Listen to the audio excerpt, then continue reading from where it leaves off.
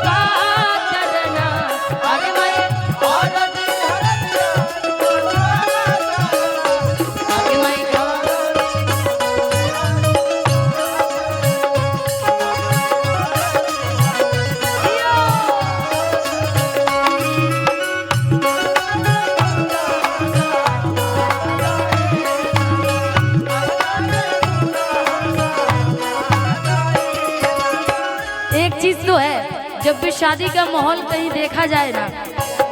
I know कि हम लोग की शादी नहीं हुई है, जिनकी शादी हुई होगी उनको तो बड़ी अच्छी लगती होगी। अब हम लोगों को लगता है कि जब शादी का माहौल देखते तो मन करता है भाई गाना बजाना छोड़े, हम भी चल के वहाँ भंगड़े पाले किया जाए क्योंकि जब हम भी अपने भैया की शादी किए थे तो मुझे लगता है कि मैं 10 दिन तक मेरे घर में कार्यक्रम चला था, जबकि लॉकडाउन का माहौल था, लेकिन फिर भी 10 दिन जितना मैं झूमी नाची हूँ ना, जितना हम लोग भाई मस्ती किए, देखिए वहाँ देख करके मुझे मेरे भैया के शादी याद आ रहा है। कितने अच्छे देखे, जिसको डांस नहीं भी आता है ना, आज मेरे यार की शादी है, आज मेरे यार की शादी है,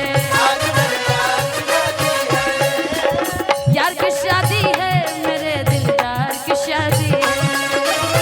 यार की शादी है,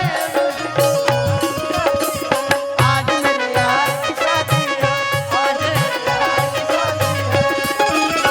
अवतारे दूल्हा दामाद आए,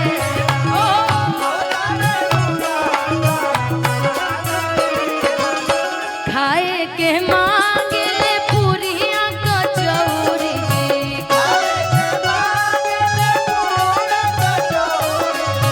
खाए के मांगे ले पूरिया कचौरी। प्यारा प्यारा सा आशीर्वाद हम सबके बीच में दवा संघ बलिया मनोज श्रीवास्तव जी संरक्षक, जिनके तरफ से 500 रुपये का आशीर्वाद है। बहुत बहुत शुक्रिया गार्जियन मनोज श्रीवास्तव जी संरक्षक दवा संघ बलिया, जिनके तरफ से 500 रुपये का आशीर्वाद। यही प्यार आशीर्वाद आप सबका है। खाए के मांगे ले पूरिया कचौरी,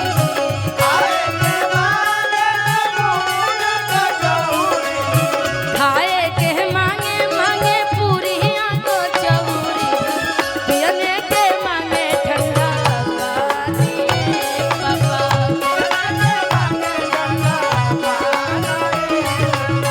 पियने के मांगे ठंडा पानी पापा।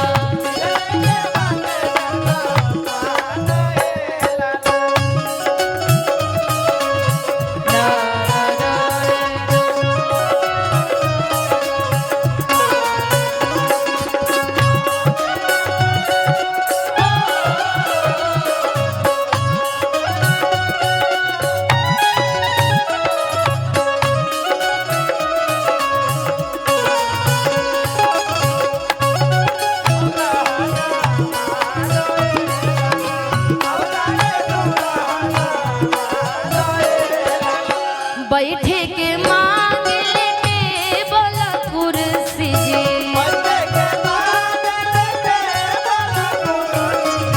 बैठे के मांगे ले टेबल कुर्सी जी। आहा, मुझे डांस देख करके देखो ना भाई, कितना अच्छा लग रहा है।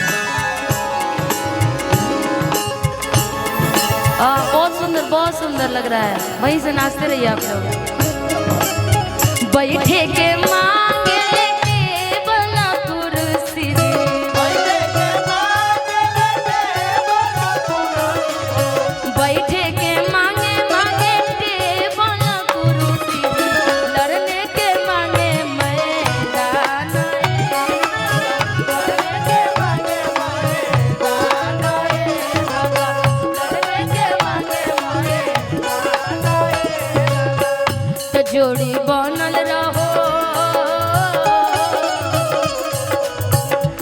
जोड़ी बनल रहो दुल्हा दुल्हीन के समधि समधीन के ना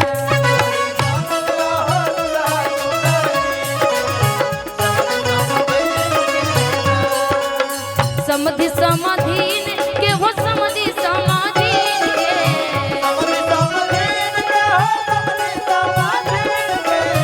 समधि समधीन के हो समधि समाधीन के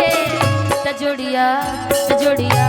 तजोड़िया बनल रहो समधि समधि समधीन के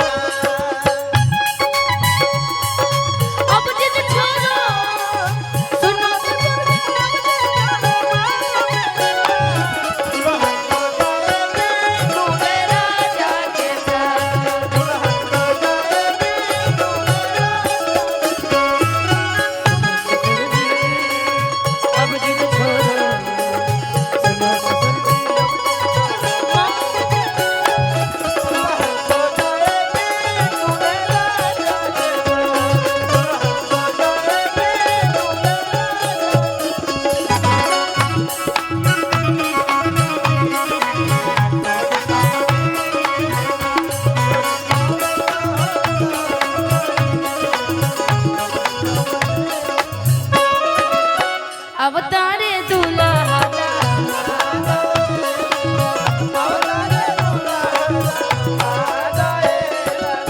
बिहने के मांगेले सुंदर धियावा हो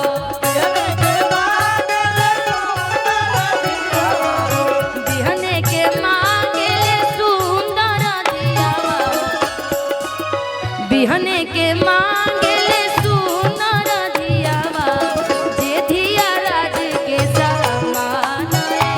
पापा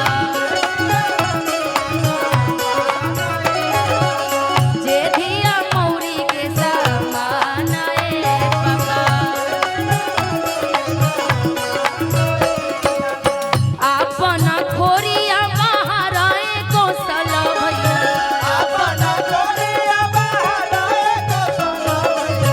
आपन खोरिया बाहर प्रेम शंकर भैया अवतारे दूल्हा दामाद